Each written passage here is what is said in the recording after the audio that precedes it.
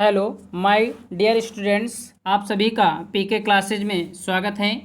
Class 9th subject civics राजनीति विज्ञान chapter number 3 संविधान निर्माण लेक्चर नंबर 1। आज मैं आप लोगों को इस चैप्टर्स में हेडिंग्स के माध्यम से इस चैप्टर की जानकारी देंगे। तो आइए सबसे पहले आपको मैं बताता हूँ इस चैप्टर में आपको क्या क्या पढ़ना है। ध्यान दें। अध्याय की रूपरेखा, सबसे पहले आप पढ़ेंगे प्रस्तावना। प्रस्तावना क्या होती है। फिर आप पढ़ेंगे संविधान का अर्थ एवं परिभाषाएं। फिर आप पढ़ेंगे दक्षिण अफ्रीका में लोकतांत्रिक संविधान। फिर आप पढ़ेंगे हमें संविधान की क्यों आवश्यकता है, भारतीय संविधान का निर्माण, भारतीय संविधान के स्रोत, भारतीय संविधान की प्रस्तावना, भारतीय संविधान की विशेषताएं। फिर आप पढ़ेंगे भारतीय संविधान की संघात्मक विशेषताएं, भारतीय संविधान की एकात्मक विशेषताएं। उसके बाद आपको महत्वपूर्ण पद एवं परिभाषाएं दी जाएंगी, ठीक है। और बाकी आपको प्रैक्टिस वर्क भी कराया जाएगा। तो आइए इस लेक्चर में हमने आपको 4 हेडिंग्स 4 यहाँ तक हमें कवर किया है। हमें संविधान की क्यों आवश्यकता है, इस हेडिंग तक आपको मैं इसके विषय में विस्तृत जानकारी दूंगा। तो आइए सबसे पहली हेडिंग इस चैप्टर की जो मैंने आपको बताया, प्रस्तावना पढ़ना है। कहने मतलब प्रस्तावना क्या है, आइए इसके विषय में आप समझें। इंट्रोडक्शन, प्रस्तावना को इंग्लिश में क्या बोलते हैं, इंट्रोडक्शन। संविधान उन आधारभूत नियमों व कानूनों का लिखित प्रलेख, प्रलेख मीन्स होता है डॉक्यूमेंट या संहिता होता है, जिनके आधार पर किसी देश की शासन प्रणाली क्रियान्वित की होती है। मतलब क्या की जाती है, शासन प्रणाली चलाई जाती है, ठीक है। यदि आप दूसरे शब्दों में इसे कहें, संविधान उन मौलिक कानूनों का संग्रह है जिनके अनुसार राज्य की शासन व्यवस्था को संचालित करने के लिए, मतलब चलाने के लिए नियमों तथा कानूनों का सृजन किया जाता है, मतलब बनाया जाता है। नियम और कानून क्या किए जाते हैं, बनाए जाते हैं। संविधान में संग्रहित ये नियम व सिद्धांत सरकार के संगठन, शक्ति एवं कार्यों का निर्धारण करते हैं, ठीक है। ये आपकी प्रस्तावना का इंट्रोडक्शन है जो मैंने आपको बताया। इसके कुछ मेन पॉइंट्स हैं जो मैं आपको बता देता हूँ। संविधान एक ऐसा प्रकाश स्तंभ है जो सरकार और जनता दोनों का ही मार्गदर्शन करता है। कहने का तात्पर्य यह है कि संविधान के द्वारा ही हमारी सरकारें और हमारे जनता के दोनों मार्गदर्शन मिलता है, ठीक है। अब चलिए मैं नेक्स्ट हेडिंग्स के विषय में बात करता हूँ। नेक्स्ट हेडिंग आपको दी गई है संविधान का अर्थ। क्या दी गई है, संविधान का अर्थ। आइए संविधान का अर्थ क्या होता है इसके विषय में आप समझें। संविधान का अर्थ, संविधान अंग्रेजी के कॉन्स्टिट्यूशन, इंग्लिश में इसे बोलते हैं कॉन्स्टिट्यूशन,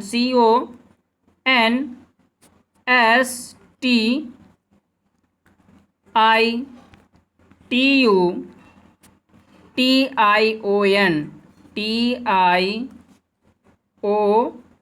इसको इंग्लिश में क्या बोलते हैं, कॉन्स्टिट्यूशन का हिंदी रूपांतरण है जिसका अर्थ होता है संरचना। अर्थ क्या होता है कॉन्स्टिट्यूशन का, संरचना, ठीक है। इसका अर्थ क्या होता है, संरचना होता है। मतलब संरचना मीन्स होता है गठन करना, बनाना, ठीक है। संविधान एक आधारभूत कानूनी दस्तावेज है जो यह सुनिश्चित करता है कि किसी देश की शासन व्यवस्था का संचालन किस प्रकार किया जाएगा या किया जाए। यह लिखित तथा अलिखित रूप में होता है, राजनीतिक व्यवस्था को संचालित, मर्यादित, व्यवस्थित व निर्देशित करता है। संविधान सरकार के प्रमुख अंगों तथा उनके कार्य क्षेत्रों को सुनिश्चित करता है तथा नागरिकों के प्रति राज्य के अधिकारों व कर्तव्यों तथा राज्य के प्रति नागरिकों के अधिकारों एवं कर्तव्यों को स्पष्ट करता है। ये संविधान का अर्थ होता है। जैसा कि मैंने आपको बताया, यहाँ से आपको जो क्वेश्चन पूछा जा सकता है कि संविधान को अंग्रेजी में क्या कहते हैं, तो इसे आप बताएंगे कॉन्स्टिट्यूशन, ठीक है, जिसका अर्थ क्या होता है, संरचना मतलब या गठन करना, ठीक है। संविधान का कार्य क्या होता है, एक कानूनी दस्तावेज होता है जो यह सुनिश्चित करता है किसी देश की शासन व्यवस्था का संचालन किस प्रकार किया जाएगा, ठीक है। यह लिखित और अलिखित दोनों प्रकार से होता है। चलिए मैं नेक्स्ट हेडिंग्स के विषय में आपको बताता हूँ। अगली हेडिंग दी गई है संविधान की परिभाषाएं। कौन सी हेडिंग दी गई है आपको, संविधान की परिभाषाएं। तो विभिन्न विद्वानों द्वारा दी गई संविधान की परिभाषाएं निम्नलिखित हैं। सबसे पहले मैं आपको बताता हूँ ब्राइस के अकॉर्डिंग। किसके अकॉर्डिंग, ब्राइस, ब्राइस के अनुसार संविधान की परिभाषा क्या है, समझें। संविधान ऐसे निश्चित नियमों का संग्रह होता है, मतलब एकत्रित नियमों का क्या होता है, संग्रह होता है, जिनसे सरकार की कार्यविधि, मतलब सरकार चलती है, प्रतिपादित होती है और जिनके द्वारा उनका संचालन होता है। ये अकॉर्डिंग टू ब्राइस के अनुसार।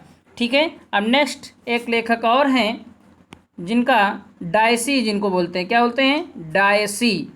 ठीक है, तो आप बताएं डायसी के विषय में। सुने, संविधान का अभिप्राय उन समस्त नियमों से है, संविधान का अभिप्राय उन समस्त नियमों से है जो प्रत्यक्ष, मतलब डायरेक्ट, अथवा अप्रत्यक्ष, मतलब डायरेक्ट ना होकर के रूप से राज्य की सार्वभौमिक शक्तियों के वितरण अथवा प्रयोग को निर्धारित करते हैं। कहने का मतलब यह है कि राज्य की जो सार्वजनिक होती हैं, उसकी जो स्वयं की शक्तियाँ होती हैं और उसके प्रयोग को वो क्या करते हैं, संविधान उसका निर्धारण करता है। ठीक है, ये दो परिभाषाएं थी दो राइटर्स के अनुसार, तो मैंने आपको बताई। अब मैं बात करता हूँ नेक्स्ट हेडिंग्स के विषय में जो दी गई है चैप्टर में, दक्षिण अफ्रीका में लोकतांत्रिक संविधान।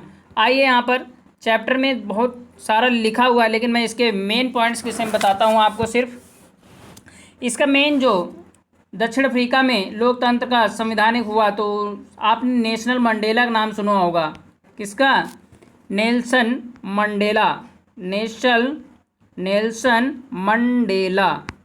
ठीक है, ये दक्षिण अफ्रीका में जो संविधान, अगर एक रूप से हम कह दें, वहाँ जो बना लोकतांत्रिक, तो इनका मेन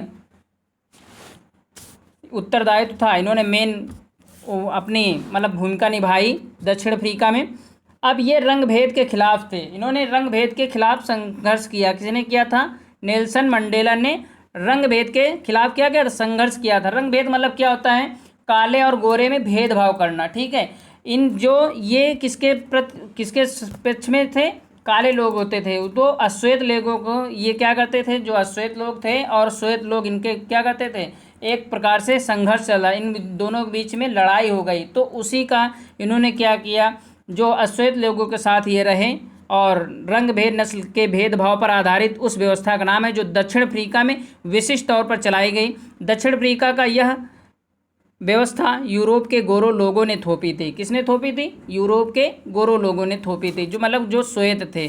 ठीक है, और वहाँ पर जिन्हें रंगीन चमड़ी चला कहा जाता था, मतलब जो अश्वेत लोग थे उनकी बुराइयाँ होती थीं, इस वजह से इन्होंने उसका नेतृत्व किया। और चल करके आगे एक समय में फिर क्या हुआ, वर्ष 1950 से अश्वेत, रंगीन चमड़ी वाले और भारतीय मूल के लोगों ने रंग भेद प्रणाली के खिलाफ संघर्ष किया। उन्होंने विरोध प्रदर्शन किए, हड़तालें भी की, भेदभाव वाली इस शासन प्रणाली का विरोध भी किया और सभी संगठन अफ्रीकी नेशनल कांग्रेस के झंडे तले एकजुट हो गए। इनमें कुछ मजदूर संगठन भी थे, कम्युनिस्ट पार्टियां भी शामिल थीं। बहुत से समझदार और संवेदनशील गोरे लोग भी रंग भेद समाप्त करने वाले आंदोलन में अफ्रीकी नेशनल कांग्रेस के समर्थन में आए और उन्होंने इस संघर्ष में मुख्य भूमिका निभाई। बहुत से देशों ने रंग भेद की निंदा की और इस व्यवस्था के खिलाफ आवाज़ उठाई, परंतु गोरी सरकार ने हजारों अश्वेत और रंगीन चमड़ी वाले लोगों की हत्याएं की और उनका दमन करते हुए अपना शासन जारी रखा। तो अब मैं बात करता हूँ एक नए संविधान की ओर। इसी हेडिंग्स के माध्यम से मैं आपको बताऊंगा एक नए संविधान की ओर। ठीक है, चलिए इसको ऐसे लिखें, एक नए संविधान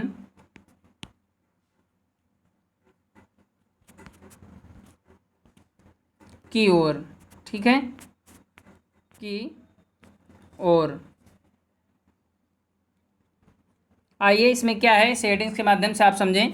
जब रंगभेद के खिलाफ संघर्ष और विरोध बढ़ता गया, कहने मतलब जब इन दोनों के बीच क्या हो गया, संघर्ष बढ़ता गया, तो सरकार को यह एहसास हो गया कि अब यह जोर जबरदस्ती से अश्वेतों पर अपना राज्य कायम नहीं कर सकती, मतलब वो अपना राज्य नहीं चला सकती है। इसीलिए फिर गोरी सरकार ने अपनी नीतियों में क्या किया, बदलाव शुरू कर दिया। इस प्रकार उन्होंने भेदभाव वाले कानूनों को वापस ले लिया, राजनीतिक दलों पर लगा प्रतिबंध और मीडिया पर लगी पाबंदियां हटा दी गई। मतलब जो प्रतिबंध लगे थे उन पर उन्हें क्या कर दिया गया, हटा दिया गया। और 28 वर्ष तक जेल में कैद रखने के बाद नेल्सन नेल्सन मंडेला को आज़ाद कर दिया गया, मतलब उन्हें छूट दे दी गई, वो अब जेल से रिहा हो गए। इस प्रकार 26 अप्रैल वर्ष 1994, 26 अप्रैल, ठीक है, एपी, अब इतना शॉर्ट में लिख देते हैं, और 1994 मतलब 1994 की मध्य रात्रि को दक्षिण अफ्रीका गणराज्य का एक नया झंडा लहराया और यह दुनिया का एक नया लोकतांत्रिक देश बन गया। रंग भेद वाली शासन व्यवस्था समाप्त हुई और सभी नस्ल के लोगों की मिलीजुली सरकार के गठन का रास्ता खुल गया। ठीक है, इस प्रकार से नेल्सन मंडेला की जो अग्रदूत थे रंग भेद के खिलाफ, वो सफलता मिली इन्हें। ठीक है, तो चलिए अब नेक्स्ट हेडिंग्स के विषय में बात करता हूँ। हमें संविधान की क्यों आवश्यकता है, मतलब हमें संविधान की ज़रूरत क्या है, क्यों ज़रूरत है, आइए इसके विषय में आप समझें।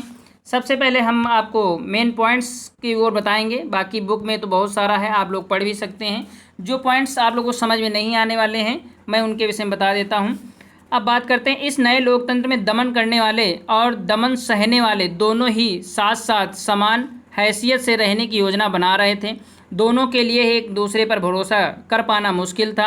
वे अपने हितों की रक्षा चाहते थे और बहुसंख्यक अश्वेत इस बात पर चौकस थे कि लोकतंत्र में बहुमत शासन वाले मूल सिद्धांत से कोई समझौता न हो। उन्हें बहुत सारे सामाजिक और आर्थिक अधिकारों की ज़रूरत थी, जबकि अल्पसंख्यक गोरों की अपनी संपत्ति और विशेषाधिकारों की चिंता थी। कहने मतलब दो पक्ष थे, एक श्वेत पक्ष, एक कौन था, श्वेत पक्ष के लोग थे, मतलब जो इन्हें गोरे कहते हैं हम लोग, और एक थे अश्वेत जो थोड़ा सा गोरों से क्या होते हैं, काले होते हैं। ठीक है, उन्हें क्या कहते थे वो लोग, अश्वेत। अब श्वेत पक्ष चाहता था कि हमारे अकॉर्डिंग बने सरकार और अश्वेत पक्ष चाहता था हमारे अकॉर्डिंग बने, इसीलिए हमें एक कानून बनाने की ज़रूरत पड़ी। तो इसीलिए उस कानून को बनाने के लिए हमें किसकी ज़रूरत पड़ी, संविधान की ज़रूरत पड़ी। ठीक है, संविधान क्या होता है, जैसे मैंने आपको पीछे बताया भी है, संविधान का अर्थ बता चुके हैं, फिलहाल मैं एक बार और आपको बता देता हूँ। संविधान एक कानूनी दस्तावेज होता है, संविधान एक कानूनी दस्तावेज होता है जिससे ये निर्धारित होता है कि किसी देश की सरकार किस प्रकार चलाई जा सकती है या किसी राज्य की सरकार को किस प्रकार इंगित किया जा सकता है कि वो चलाए संविधान के नियम के अनुसार। इस प्रकार से हमें संविधान की ज़रूरत पड़ी, एक दूसरे पक्ष में टकराव ना हो, इसलिए हमें संविधान की ज़रूरत पड़ी। ठीक है, श्वेत और अश्वेत का भेदभाव ना हो, रंग भेद का भेदभाव ना हो, इसी प्रकार राजनीतिक दलों में आपस लड़ाइयाँ ना हो, इसीलिए हमें अश्वेत और श्वेत पक्ष में भेदभाव ना हो, इसलिए संविधान की आवश्यकता पड़ी। कहने का तात्पर्य है नियम बनाने की ज़रूरत पड़ी। उन नियमों को बनाने के लिए कई सारे नियम बनाए गए और उन्हें एक जगह एकत्रित कर दिया गया, वहीं आपका संविधान कहलाता है। तो नेक्स्ट एक्सर्स जो हेडिंग्स है वो आपकी इसमें ना बताते हुए हम अब आपको नेक्स्ट वीडियो में बताएंगे। फिलहाल आप लोगों को इतना समझ में ज़रूर आया होगा। यदि कहीं पर भी कोई कन्फ्यूजन है तो आप हमसे ज़रूर पूछें। इस चैप्टर्स में हेडिंग्स के माध्यम से मैंने जो बताया शॉर्ट में बताया है, क्योंकि लॉन्ग में आप लोग स्वयं पढ़ सकते हैं। जो मेन पॉइंट थे वो मैंने आपको बता दिए हैं, और ये आपकी क्लास 9th का मैंने पहला वीडियो या पहला लेक्चर शूट किया है। यदि आप लोगों का साथ मिला तो मैं दूसरा लेक्चर जल्द ही लेके आऊँगा। तो thanks for watching video, please like and subscribe यदि वीडियो आप लोगों को अच्छा लगा हो। नेक्स्ट वीडियो मैं जल्द ही लेके आऊँगा। धन्यवाद।